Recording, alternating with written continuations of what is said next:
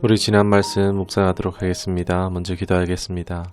하나님, 오늘도 주님 앞에 나옵니다. 뭘 어찌할 바 알지 못하지만 그저 말씀 앞에 섭니다. 때에 따라 돕는 은혜를 허락하여 주옵시고, 성령님, 마땅히 할 바와 말할 바를 우리 삶 속에서 알게 하여 주옵소서. 인도하여 주옵소서. 예수님의 이름으로 기도드리옵나이다. 아멘. 오늘 함께 하실 말씀은 창세기 1장 27절에서 28절 말씀입니다. 말씀을 보겠습니다. 하나님이 자기 형상 곧 하나님의 형상대로 사람을 창조하시되 남자와 여자를 창조하시고 하나님이 그들에게 복을 주시며 하나님이 그들에게 이르시되 생육하고 번성하여 땅에 충만하라. 땅을 정복하라. 바다의 물고기와 하늘의 새와 땅에 움직이는 모든 생물을 다스리라 하시니라. 아멘.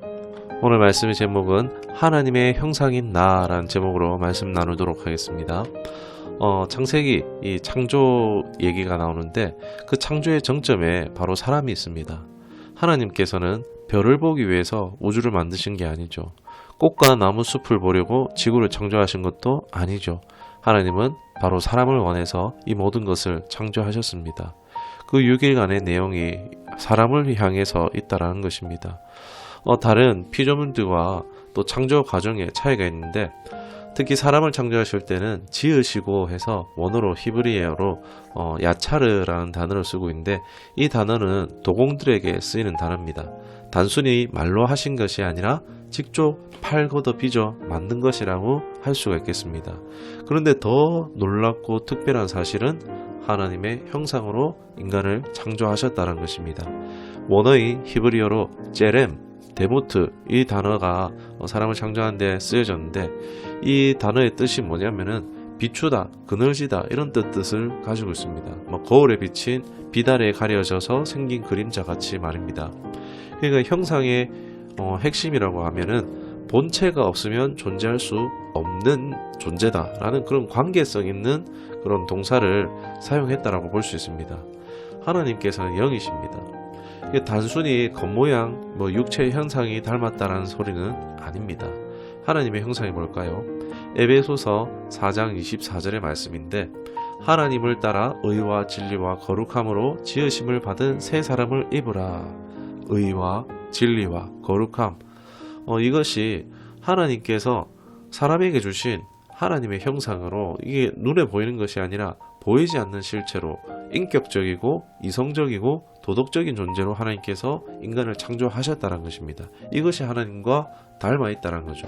그것이 하나님과 관계 가운데에서 주어져 있다는 것입니다. 사람이 특별하고 존귀한 이유는 하나님의 형상으로 창조되었는데 이는 우리가 영적인 존재로 지음을 받았다는 것입니다. 그러니까 사람의 가치는요 바로 영에 있다는 것입니다. 힘세고 잘생기고 돈이 많고 이런 것이 아니라는 것입니다.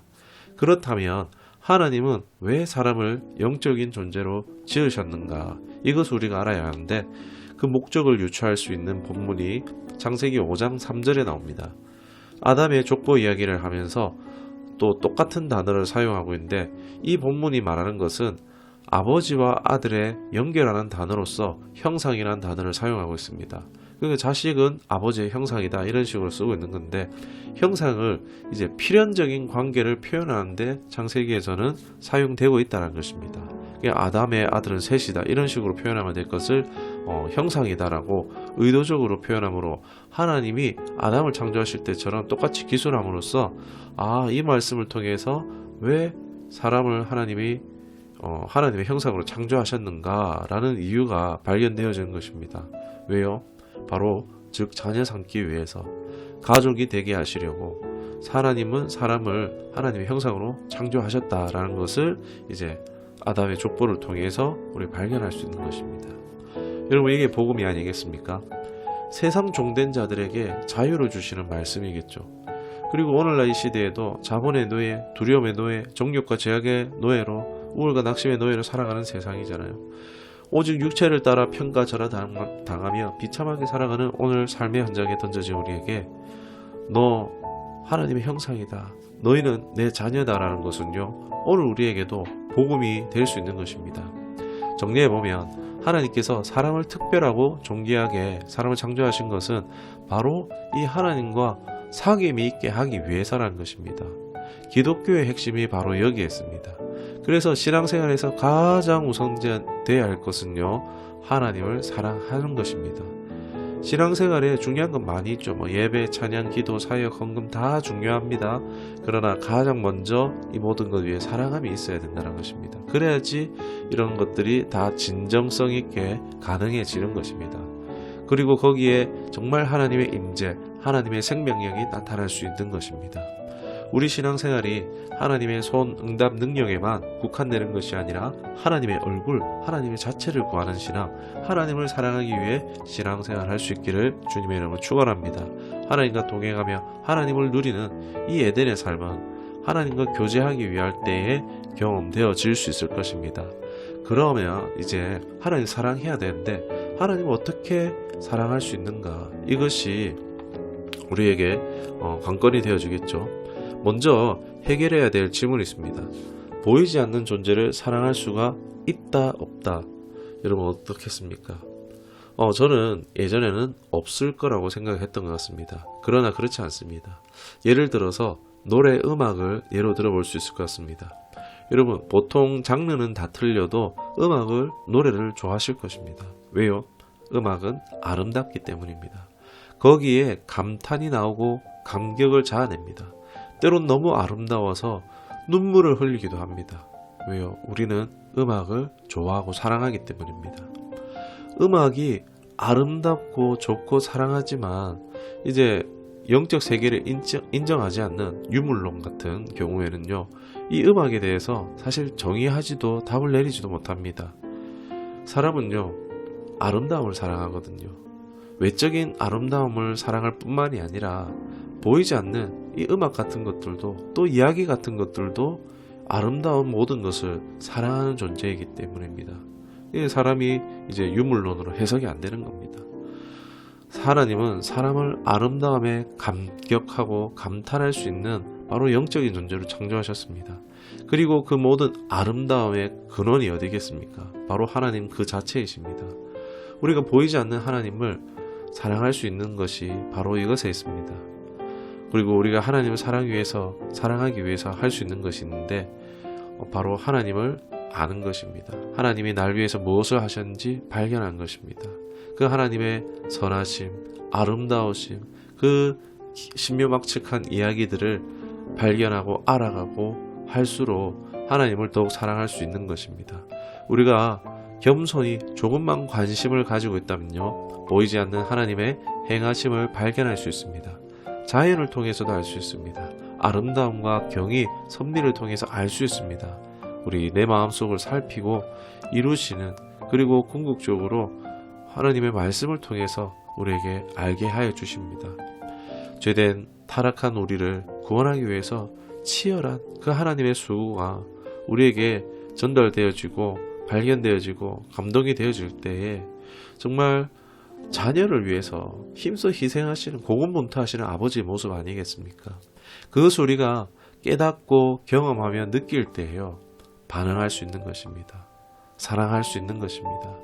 우리가 어릴 때 어떻습니까? 부모님의 사랑, 그게 어떨 때는 당연한 줄로 알고 있죠. 그런데 성인이 되면 당연한 게 아닌 줄 알죠. 굉장한 수고와 희생이 있었던 거죠. 그래서 내가 존재한다는 사실을 우리가 성장해서는 알게 되어집니다. 고맙고 감사하죠. 성경의 끝에서 그 관계에 대한 표현, 말씀이 이제 예수님이 신랑이 되시고 교회가 신부가 되어서 혼인잔치로 귀결되어집니다. 계시록 19장에 나오죠. 가장 친밀한 사랑의 관계의 대표가 부부입니다. 그 참 사랑은요, 어떻습니까? 상대를요, 강압하지 않습니다. 억제하지 않습니다. 존중합니다. 받아들이는 거죠. 상대가 싫어하는 것은 또 하지 않습니다. 싫어하는 것을 계속 한다면요, 그것은요, 자기 중심적인 사랑이며 거짓 사랑이라고 할 수 있겠습니다. 정말 우리가 하나님을 사랑할 때 어떻게 되겠습니까? 하나님의 말씀을 받아들이겠죠. 그리고 하나님이 싫어하는 죄는 당연히 우리도 싫어하게 되는 것입니다. 그렇게 우리가 하나님을 사랑할 때 바른 신앙생활이 가능한 것입니다. 오늘날 세상이 변하고 있습니다. 마지막 때를 향해 달려가고 있습니다. 죄가 불법이 아닌 세상, 정말 자기 사랑하기가 정말 끝이 오는 세상이 올 것입니다. 그러나 그럼에도 하나님을 사랑하는 신앙을 가짐으로써 죄에 동참하지 않을 수 있는, 정말 하나님을 사랑하는 하나님의 형상이 나타나는 우리가 될 수 있기를, 또 이제 다시 오마 약속하신 신랑을 위해서 조신이 자신을 잘 단장하며 준비할 수 있는 신부의 정체성으로 살아갈 수 있는 저와 여러분 되기를 주님의 이름으로 축원합니다. 기도하겠습니다.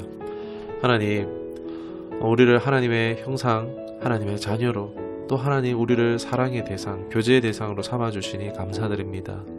하나님 말씀이 우리에게 참 빛이 되어지고 조명이 되어집니다. 그러나 우리가 수학의 문제에 답을 안다고 해서 그 수학의 문제를 다 풀 수 있는 것은 아니듯이 오늘 우리의 믿음, 말씀이 분명한 답을 주고는 있지만 참 그것이 살아내는 것이 쉽지 않은 것을 우리의 현실 속에서 발견합니다. 하나님, 유혹이 너무 많습니다. 세상에 주님을 사랑하는 참신아, 우리가 오늘 작은 몸짓일지언정 몸부림치며 작은 족적일지라도 주님을 향해서 옮겨지는 가까이 가는 하루가 될 수 있도록 성령 하나님 나를 붙드시고 인도하여 주시옵소서. 감사드리며 예수님의 이름으로 기도드리옵나이다. 아멘.